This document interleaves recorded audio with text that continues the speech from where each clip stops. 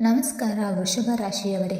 ನಾನು ಎಲ್ಲರಿಗೂ ಒಳ್ಳೆಯದನ್ನೇ ಮಾಡುತ್ತಿದ್ದೇನೆ, ಯಾರಿಗೂ ಕೆಡುಕು ಬಯಸಿಲ್ಲ.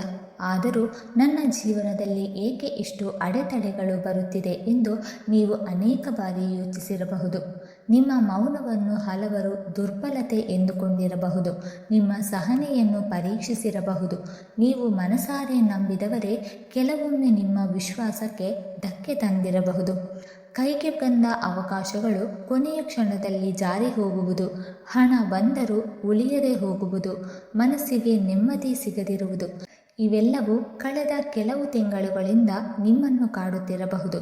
ವಿಶೇಷವಾಗಿ ಜೂನ್ ತಿಂಗಳಲ್ಲಿ ಈ ಭಾವನೆಗಳು ಇನ್ನಷ್ಟು ಗಾಢವಾಗುವ ಸಾಧ್ಯತೆ ಇದೆ. ಆದರೆ ಇದರ ಹಿಂದೆ ಒಂದು ಗಂಭೀರವಾದ ಜ್ಯೋತಿಷ್ಯ ರಹಸ್ಯ ಅಡಗಿದೆ. ನೀವು ನಿಮ್ಮ ರಾಶಿಯ ನಿಜವಾದ ದೈವಿ ಶಕ್ತಿಯನ್ನು ಸಂಪೂರ್ಣವಾಗಿ ಅರಿತುಕೊಂಡಿಲ್ಲ ಎಂಬುದೇ ಅದರ ಮೂಲ ಕಾರಣ. ವೃಷಭ ರಾಶಿಯ ಭೂತತ್ವದ ರಾಶಿ. ಈ ರಾಶಿಯ ಅಧಿಪತಿ ಸುಖ, ಸೌಂದರ್ಯ, ಐಶ್ವರ್ಯ ಮತ್ತು ಪ್ರೀತಿಯ ಕಾರಕನಾದ ಶುಕ್ರ ಗ್ರಹ. ಆದ್ದರಿಂದ ವೃಷಭ ರಾಶಿಯವರು ಸಹಜವಾಗಿಯೇ ಶಾಂತ ಸ್ವಭಾವದವರು, ಕುಟುಂಬ ಪ್ರಿಯರು, ಕಲಾತ್ಮಕ ಮನಸ್ಸಿನವರು ಮತ್ತು ಜೀವನದಲ್ಲಿ ಸ್ಥಿರತೆಯನ್ನು ಬಯಸುವವರು. ನೀವು ಯಾರನ್ನಾದರೂ ಪ್ರೀತಿಸಿದರೆ ಹೃದಯಪೂರ್ವಕವಾಗಿ ಪ್ರೀತಿಸುತ್ತೀರಿ. ಯಾರನ್ನಾದರೂ ನಂಬಿದರೆ ಜೀವನ ಪರ್ಯಂತ ನಂಬುತ್ತೀರಿ. ಆದರೆ ಇದೇ ಒಳ್ಳೆಯ ಮನಸ್ಸಿನ ಕಾರಣದಿಂದ ಹಲವರು ನಿಮ್ಮನ್ನು ಬಳಸಿಕೊಳ್ಳುವ ಸಾಧ್ಯತೆ ಹೆಚ್ಚು. ಹೊರಗೆ ಎಷ್ಟೇ ಗಟ್ಟಿಯಾಗಿದ್ದರೂ ಒಳಗೆ ತುಂಬ ಮೃದುವಾದ ಮನಸ್ಸು ನಿಮ್ಮದು. ನಿಮ್ಮ ನೋವನ್ನು ಯಾರೋ ಮುಂದೆ ಹೇಳಿಕೊಳ್ಳದೆ ಮೌನವಾಗಿ ಸಹಿಸಿಕೊಳ್ಳುವ ಗುಣವೇ ನಿಮ್ಮ ದೊಡ್ಡ ಶಕ್ತಿ. ಹಾಗೆಯೇ ಕೆಲವೊಮ್ಮೆ ದೊಡ್ಡ ದೌರ್ಬಲ್ಯವೂ ಆಗುತ್ತದೆ. ಜೂನ್ ತಿಂಗಳು ವೃಷಭ ರಾಶಿಯವರಿಗೆ ಒಂದು ಮಹತ್ವದ ತಿರುವಿನ ಸಮಯವಾಗಲಿದೆ. ಈ ಸಮಯದಲ್ಲಿ ನಿಮ್ಮ ಮನಸ್ಸಿನಲ್ಲಿ ಹಳೆಯ ನೋವುಗಳು ಮತ್ತೆ ಎದ್ದೇಳಬಹುದು. ಕೆಲವರು ನಿಮ್ಮ ಬಗ್ಗೆ ತಪ್ಪಾಗಿ ಅರ್ಥ ಮಾಡಿಕೊಂಡಿರಬಹುದು. ಹಣಕಾಸಿನ ವಿಷಯದಲ್ಲಿ ಎಚ್ಚರಿಕೆ ಅಗತ್ಯವಾಗಬಹುದು. ಆದರೆ ಇದೇ ಸಮಯದಲ್ಲಿ ದೇವರ ಕೃಪೆ ನಿಮ್ಮ ಕಡೆ ತಿರುಗಲಾರಂಭಿಸುತ್ತದೆ. ವಿಶೇಷವಾಗಿ ನೀವು ನಿಮ್ಮ ರಾಶಿಗೆ ಅನುಕೂಲಕರವಾದ ದೈವಾರಾಧನೆಯನ್ನು ಪ್ರಾರಂಭಿಸಿದರೆ ಜೀವನದಲ್ಲಿ ಅಚ್ಚರಿಯ ಬದಲಾವಣೆಗಳು ಆರಂಭವಾಗುತ್ತದೆ. ವೃಷಭ ರಾಶಿಯವರು ಜೀವನ ಪೂರ್ತಿ ಭಕ್ತಿಯಿಂದ ಆರಾಧಿಸಬೇಕಾದ ಪ್ರಮುಖ ದೈವ ಎಂದರೆ ಮಹಾಲಕ್ಷ್ಮೀ ದೇವಿ ಹಾಗೂ ಪರಮೇಶ್ವರನಾದ ಶಿವ. ಈ ಎರಡು ದೈವ ಶಕ್ತಿಗಳು ನಿಮ್ಮ ಜೀವನದಲ್ಲಿ ನೆಮ್ಮದಿ, ಸಂಪತ್ತು ಮತ್ತು ಮಾನಸಿಕ ಶಾಂತಿಯನ್ನು ತುಂಬುವ ಸಾಮರ್ಥ್ಯ ಹೊಂದಿದೆ. ಶುಕ್ರ ಗ್ರಹದ ಅನುಗ್ರಹವನ್ನು ಪಡೆಯಲು ವೃಷಭ ರಾಶಿಯವರು ಪ್ರತಿದಿನ ಬೆಳಿಗ್ಗೆ ಮನೆಯನ್ನು ಸ್ವಚ್ಛವಾಗಿಡುವ ಅಭ್ಯಾಸ ಬೆಳೆಸಿಕೊಳ್ಳಬೇಕು. ವಿಶೇಷವಾಗಿ ಶುಕ್ರವಾರದ ದಿನ ಮಹಾಲಕ್ಷ್ಮೀ ದೇವಿಯ ಪೂಜೆ ಅತ್ಯಂತ ಫಲಕಾರಿಯಾಗುತ್ತದೆ. ಮನೆಯ ಪೂಜಾ ಸ್ಥಳದಲ್ಲಿ ತುಪ್ಪದ ದೀಪ ಹಚ್ಚಿ ಓಂ ಶ್ರೀಂ ಮಹಾಲಕ್ಷ್ಮಿಯೇ ನಮಃ ಎಂಬ ಮಂತ್ರವನ್ನು 108 ಬಾರಿ ಜಪಿಸುವುದರಿಂದ ಹಣಕಾಸಿನ ಅಡೆತಡೆಗಳು ನಿಧಾನವಾಗಿ ದೂರವಾಗಲು ಆರಂಭವಾಗುತ್ತದೆ. ಕಳೆದ ಕೆಲವು ತಿಂಗಳುಗಳಿಂದ ನಿಂತುಕೊಂಡಿರುವ ಕೆಲಸಗಳು ಮತ್ತೆ ಚಲನೆ ಪಡೆಯುತ್ತದೆ. ಜೂನ್ ತಿಂಗಳಲ್ಲಿ ವಿಶೇಷವಾಗಿ ನಿಮ್ಮ ಖರ್ಚುಗಳನ್ನು ನಿಯಂತ್ರಿಸುವುದು ಮತ್ತು ಹಣವನ್ನು ಸಂಗ್ರಹಿಸುವ ಅಭ್ಯಾಸವನ್ನು ಬೆಳೆಸಿಕೊಳ್ಳುವುದು ಬಹಳ ಮುಖ್ಯ.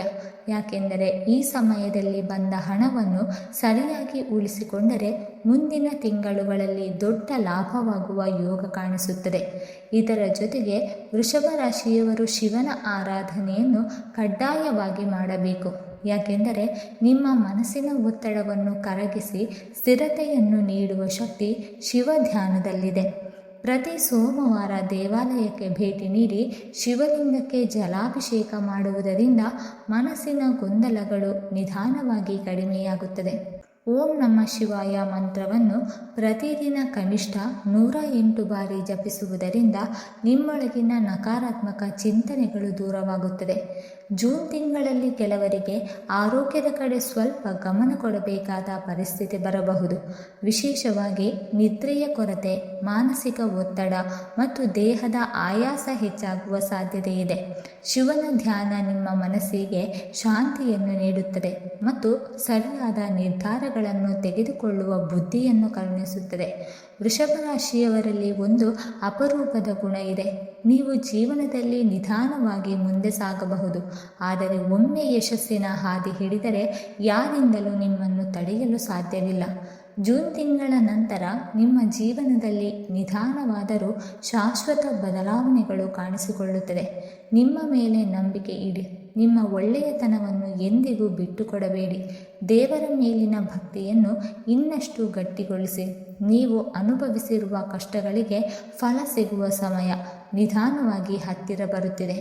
ವೃಷಭ ರಾಶಿಯವರೇ, ನಿಮ್ಮ ಜೀವನದಲ್ಲಿ ಶುಕ್ರವಾರವು ಅತ್ಯಂತ ಪವಿತ್ರವಾದ ಮತ್ತು ದೈವಿಕ ಶಕ್ತಿಯನ್ನು ತುಂಬಿರುವ ದಿನವಾಗಿದೆ. ಯಾಕೆಂದರೆ ವೃಷಭ ರಾಶಿಯ ಅಧಿಪತಿ ಶುಕ್ರ ಗ್ರಹ. ಆದ್ದರಿಂದ ಶುಕ್ರವಾರದಂದು ನೀವು ಸಾಧ್ಯವಾದಷ್ಟು ಸಾತ್ವಿಕ ಜೀವನ ಶೈಲಿಯನ್ನು ಅನುಸರಿಸುವುದು ಅತ್ಯಂತ ಶುಭಕರ. ಮನೆಯಲ್ಲಿ ಸ್ವಚ್ಛತೆಯನ್ನು ಕಾಪಾಡುವುದು, ದೇವರ ದೀಪ ಹಚ್ಚುವುದು, ಬಿಳಿ ಅಥವಾ ಗುಲಾಬಿ ಬಣ್ಣದ ವಸ್ತ್ರಗಳನ್ನು ಧರಿಸುವುದು ಮತ್ತು ಮಹಾಲಕ್ಷ್ಮೀ ದೇವಿಯನ್ನು ಭಕ್ತಿಯಿಂದ ಆರಾಧಿಸುವುದು ನಿಮ್ಮ ಜೀವನದಲ್ಲಿ ಧನಾಕರ್ಷಣೆಯನ್ನು ಹೆಚ್ಚಿಸುತ್ತದೆ. ಈ ದಿನ ಮಾಂಸಾಹಾರ, ಕೋಪ, ಜಗಳ ಮತ್ತು ನಕಾರಾತ್ಮಕ ಚಿಂತನೆಗಳಿಂದ ದೂರವಿರುವುದು ನಿಮ್ಮ ಮನಸ್ಸಿನ ಶಾಂತಿಯನ್ನು ಕಾಪಾಡುತ್ತದೆ. ವೃಷಭ ರಾಶಿಯವರ ಜೀವನದಲ್ಲಿ ಕುಟುಂಬಕ್ಕೆ ಮತ್ತು ಸಂಬಂಧಗಳಿಗೆ ಬಹಳ ದೊಡ್ಡ ಸ್ಥಾನವಿದೆ. ನೀವು ಯಾರನ್ನಾದರೂ ಒಮ್ಮೆ ಮನಸಾರೆ ಒಪ್ಪಿಕೊಂಡರೆ ಅವರಿಗಾಗಿ ಎಲ್ಲವನ್ನು ತ್ಯಾಗ ಮಾಡಲು ಸಿದ್ಧರಾಗಿರುತ್ತೀರಿ. ಆದರೆ ಇದೇ ಮೃದು ಹೃದಯದ ಕಾರಣದಿಂದ ಹಲವರು ನಿಮ್ಮನ್ನು ಭಾವನೆಗಳನ್ನು ಅರ್ಥ ಮಾಡಿಕೊಳ್ಳದೆ ನೋವುಂಟು ಮಾಡುತ್ತಾರೆ. ವಿಶೇಷವಾಗಿ ನೀವು ನಿಮ್ಮ ಪ್ರೀತಿಯನ್ನು ಮರೆತು ಸಹಾಯವನ್ನು ತೋರಿಸಿದಷ್ಟೇ ಗೌರವವನ್ನು ಎದುರು ಪಕ್ಷದಿಂದ ನಿರೀಕ್ಷಿಸುತ್ತೀರಿ. ಅದು ಸಿಗದಾಗ ನಿಮ್ಮ ಮನಸ್ಸು ತುಂಬ ಬೇಸರಗೊಳ್ಳುತ್ತದೆ. ಆದ್ದರಿಂದ ವೃಷಭ ರಾಶಿಯವರು ತಮ್ಮ ಆತ್ಮಗೌರವವನ್ನು ಕಾಪಾಡಿಕೊಳ್ಳುವುದನ್ನು ಕಲಿಯಬೇಕು. ವೃಷಭ ರಾಶಿಯವರಿಗೆ ಮತ್ತೊಂದು ದೊಡ್ಡ ಸಮಸ್ಯೆ ಎಂದರೆ ಹಣಕಾಸಿನ ಒತ್ತಡ. ನೀವು ಸಹಜವಾಗಿಯೇ ಸುಂದರವಾದ ಮತ್ತು ಆರಾಮದಾಯಕ ಜೀವನವನ್ನು ಇಷ್ಟಪಡುತ್ತೀರಿ. ಮನೆಯಲ್ಲಿ ಐಶ್ವರ್ಯ ಇರಬೇಕು, ಬದುಕಿನಲ್ಲಿ ಕೊರತೆ ಕಾಣಬಾರದು ಎಂಬ ಬಯಕೆ ನಿಮ್ಮೊಳಗೆ ಸದಾ ಇರುತ್ತದೆ. ಆದರೆ ಕೆಲವೊಮ್ಮೆ ಈ ಆಸೆ ನಿಮಗೆ ಅನಗತ್ಯ ಖರ್ಚುಗಳನ್ನು ಮಾಡಿಸುತ್ತದೆ. ಕೈಯಲ್ಲಿ ಹಣ ಇಲ್ಲದಿದ್ದರೂ ಇತರರ ಮುಂದೆ ಕೀಳಾಗಿ ಕಾಣಬಾರದು ಎಂಬ ಕಾರಣಕ್ಕೆ ಖರ್ಚು ಮಾಡುವ ಪ್ರವೃತ್ತಿ ನಿಮ್ಮನ್ನು ಆರ್ಥಿಕ ಸಂಕಷ್ಟಕ್ಕೆ ತಳ್ಳಬಹುದು. ಜೂನ್ ತಿಂಗಳಲ್ಲಿ ವಿಶೇಷವಾಗಿ ಹಣಕಾಸಿನ ವಿಷಯದಲ್ಲಿ ಹೆಚ್ಚು ಜಾಗರೂಕರಾಗಿರಿ. ಯಾರಿಗೂ ಸುಲಭವಾಗಿ ಸಾಲ ಕೊಡಬೇಡಿ. ಹೊಸ ಹೂಡಿಕೆ ಮಾಡುವ ಮೊದಲು 2 ಬಾರಿ ಯೋಚಿಸಿ. ನಿಮ್ಮ ಸಮಸ್ಯೆಗಳಿಂದ ಹೊರಬರಲು ಮಹಾಲಕ್ಷ್ಮೀ ದೇವಿಯ ಆರಾಧನೆ ಅತ್ಯಂತ ಶಕ್ತಿಶಾಲಿ ಪರಿಹಾರ. ಪ್ರತಿ ಶುಕ್ರವಾರ ಮನೆಯ ಪೂಜಾ ಕೋಣೆಯಲ್ಲಿ ತುಪ್ಪದ ದೀಪ ಹಚ್ಚಿ ಓಂ ಶ್ರೀ ಮಹಾಲಕ್ಷ್ಮಿಯೇ ನಮಃ ಮಂತ್ರವನ್ನು ಭಕ್ತಿಯಿಂದ ಜಪಿಸಿ. ಬಿಳಿ ಹೂವುಗಳು ಅಥವಾ ಕಮಲದ ಹೂವಿನಿಂದ ದೇವಿಯನ್ನು ಪೂಜಿಸುವುದರಿಂದ ನಿಮ್ಮ ಮನೆಗೆ ಧನಲಕ್ಷ್ಮಿಯ ಪ್ರವೇಶವಾಗುತ್ತದೆ. ವಿಶೇಷವಾಗಿ ಬಡ ಮಹಿಳೆಯರಿಗೆ ಅಕ್ಕಿ, ಸಕ್ಕರೆ, ಬಟ್ಟೆ ಅಥವಾ ಬೆಳ್ಳಿಯ ವಸ್ತುಗಳನ್ನು ದಾನ ಮಾಡುವುದರಿಂದ ಶುಕ್ರ ಗ್ರಹದ ಅನುಗ್ರಹ ವೇಗವಾಗಿ ದೊರೆಯುತ್ತದೆ. ನಿಮ್ಮ ಮನೆಯಲ್ಲಿ ಹಣದ ಹರಿವು ನಿಧಾನವಾಗಿ ಹೆಚ್ಚಾಗಲು ಆರಂಭವಾಗುತ್ತದೆ. ನಿಂತು ಹೋಗಿದ್ದ ಕೆಲಸಗಳು ಮತ್ತೆ ಚಲನೆ ಪಡೆಯುತ್ತದೆ. ಇದರ ಜೊತೆಗೆ ವೃಷಭ ರಾಶಿಯವರು ಪರಮಶಿವನ ಆರಾಧನೆಯನ್ನು ಜೀವನ ಪೂರ್ತಿ ಮಾಡಬೇಕು.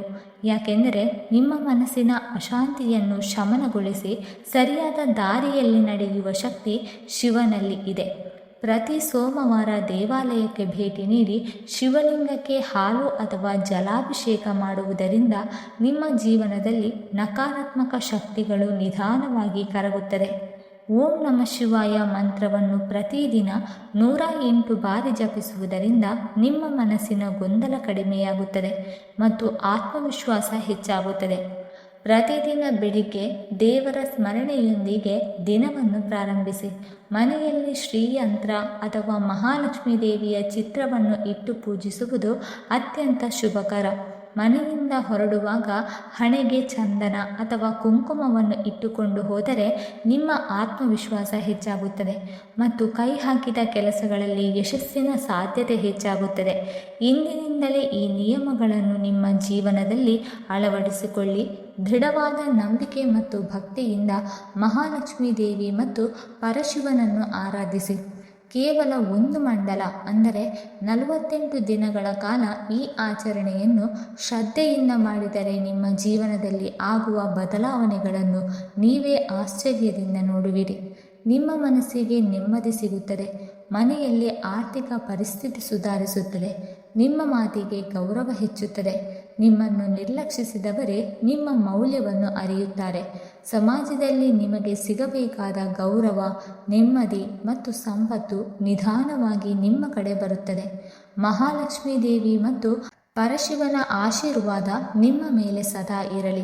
ನಿಮ್ಮ ಜೀವನವು ಐಶ್ವರ್ಯ, ಆರೋಗ್ಯ, ಸಂತೋಷ ಮತ್ತು ನೆಮ್ಮದಿಯಿಂದ ತುಂಬಿರಲಿ. ಕಮೆಂಟ್ ಬಾಕ್ಸ್ನಲ್ಲಿ ಓಂ ಶ್ರೀ ಮಹಾಲಕ್ಷ್ಮಿಯೇ ನಮಃ ಅಥವಾ ಓಂ ನಮಃ ಶಿವಾಯ ಎಂದು ಬರೆಯುವ ಮೂಲಕ ನಿಮ್ಮ ಭಕ್ತಿಯನ್ನು ಸಮರ್ಪಿಸಿ. ಈ ವಿಡಿಯೋ ಇಷ್ಟವಾಗಿದ್ದರೆ ದಯವಿಟ್ಟು ಲೈಕ್ ಮಾಡಿ ಮತ್ತು ಶೇರ್ ಮಾಡಿ. ಹಾಗೆ ಮುಂದಿನ ವಿಡಿಯೋಸ್ಗಳಿಗಾಗಿ ನಮ್ಮ ಚಾನಲನ್ನು ಸಬ್ಸ್ಕ್ರೈಬ್ ಮಾಡಿಕೊಳ್ಳಿ. ಧನ್ಯವಾದಗಳು.